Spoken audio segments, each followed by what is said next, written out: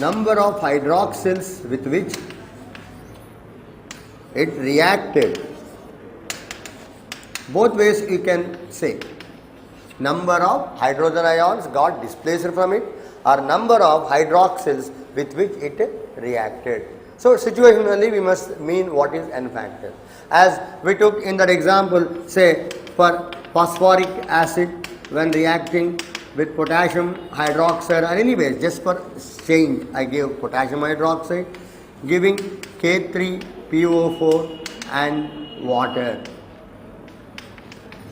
Same H3PO4 in other reaction, say with calcium hydroxide, it is giving calcium hydrogen phosphate and 2H2O. And same H3PO4 when reacting with some other reactant or same sometimes can give Na2H NaH2PO4 for a change into water. If you notice, same H3PO4 here got all three hydrogens displaced, no hydrogen seen in the product. Here one still seen means out of three, two only got displaced. Here out of three, two are still appearing in the product, means only one displaced.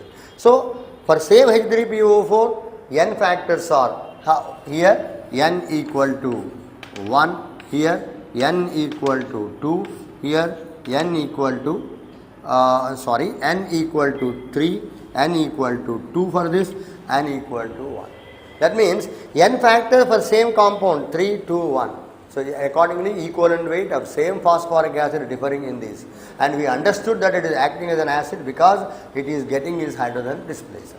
But same way, if you take the other example like carbon dioxide, as you have seen before, for that carbon dioxide the N factor is in terms of hydroxyl ion. With one hydroxyl ion it is reacting, or it is with two hydroxyl ions reacting, giving carbonate and water here, there bicarbonate.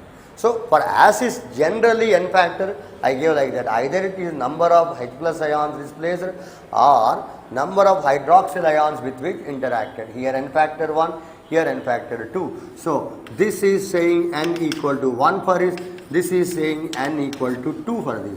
So the N factor of carbon dioxide, equivalent weight of carbon dioxide is the same as molecular weight. Here half of molecular weight. For phosphoric acid equivalent weight here same as molecular weight. Half of molecular weight, 1/3 of molecular weight. Like that N factor we decide. So for acids in this way the number of hydrogen ions or number of hydroxyl ions will be taken. Similarly for bases, suppose I will now give similarly for N factors for bases. For a base N factor of bases we take like this: number of hydroxyls displaced, number of hydroxyls displaced, or number of H plus ions interacted or reacted with. So depending on the manner in which reacted we understand N factor. See, for example, for a base like aluminium hydroxide reacting with some acid like hydrochloric acid, giving a salt, say AlOHCl2 and water. Look at this here, I gave that salt in which we find one aluminium hydroxide unit reacting with the two acids, 2H plus. So this is out of 3 getting 2 of them displaced, still one appearing. That means aluminium hydroxide, though having 3 hydroxyl groups, in this occasion one still appearing or 2 only utilized. So that N factor, number of hydroxyl displaced from aluminium hydroxide, how many? 2 only. So N factor we say 2 for it. Therefore N equal to 2, N factor is 2. So what is equivalent weight of aluminum hydroxide? Is molecular weight divided by 2. Like that we conclude. But every base may not really have the hydroxyl ions in hand to show that so many got displaced. For example, take ammonia.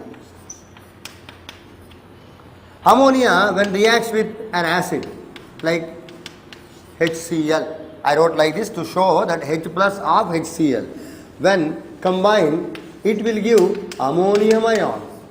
So effectively, ammonia molecule combining with H plus giving ammonium ion. It is a nothing but basic character. But how?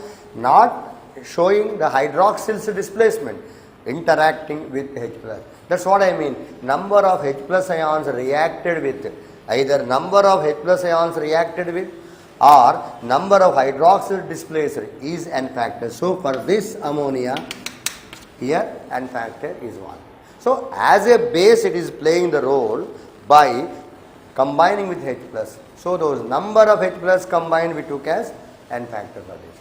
Like this, role should be very clearly known to decide equivalent weight, otherwise it has no meaning. And now the more important chemical reactions for deciding N factor, relatively compared to acid base reactions, these redox reactions are still more important. Redox reactions. How do we decide the N factors for redox reactions is our next point. Redox reactions, little information we must recollect about the redox reactions. Reduction, oxidation in chemical changes, most important changes, chemical redox reactions only, in which substances interact one with other by exchanging electrons. So out of several definitions for reduction and oxidation, most important and more accurate and more modern view for defining these redox reactions is electron transfer. Electron transfer reactions. In other way you can say electron transfer reactions or redox reactions. Electrons loss of electrons is oxidation. Gain of electrons is reduction. I wrote loss of electrons is oxidation, gain of electrons is reduction. So obviously when electrons got transferred from one X to other Y, X is set oxidized and Y is set reduced. So always reduction, oxidation take place simultaneously. So in these redox reactions, that number of electrons transferred from the unit is taken as that so-called N factor. And to understand whether a substance underwent oxidation or reduction, we depend on oxidation number of the substance. But before going to use that oxidation number to decide the N factor, we need to understand once what exactly the redox reactions and how do you recognize the redox reaction and how do you decide the oxidation numbers, etc. And then we can come back to use this change in oxidation states or to understand how the number of electrons lost or gained by that to decide these N factors. So let us see first what are these redox reactions. Okay, briefly, loss of electrons, oxidation, gain of electrons, reduction. Here we find most of the reaction like this only. Simply if a compound formed by two elements like sodium, metal, chlorine atom, suppose combined and gave sodium chloride, it is also a redox reaction, because here actually what happened, sodium by losing electron became sodium ion, chlorine atom or after gaining that electron became chloride ion. So in formation of that sodium chloride compound by direct combination of sodium metal and chlorine gas, what happened? One lost electron, the other gained electron. So obviously whenever two elements combine to give a compound, it is a clear example for redox reaction only. And in that one it is oxidized sodium, the other chlorine here got reduced. In this way we can decide what is we can understand that there is electron transfer from sodium to chlorine. It is a redox reaction. So, when we understood that redox reaction is nothing but loss and gain of electrons, transfer of electrons from one to other only, we must watch the other one.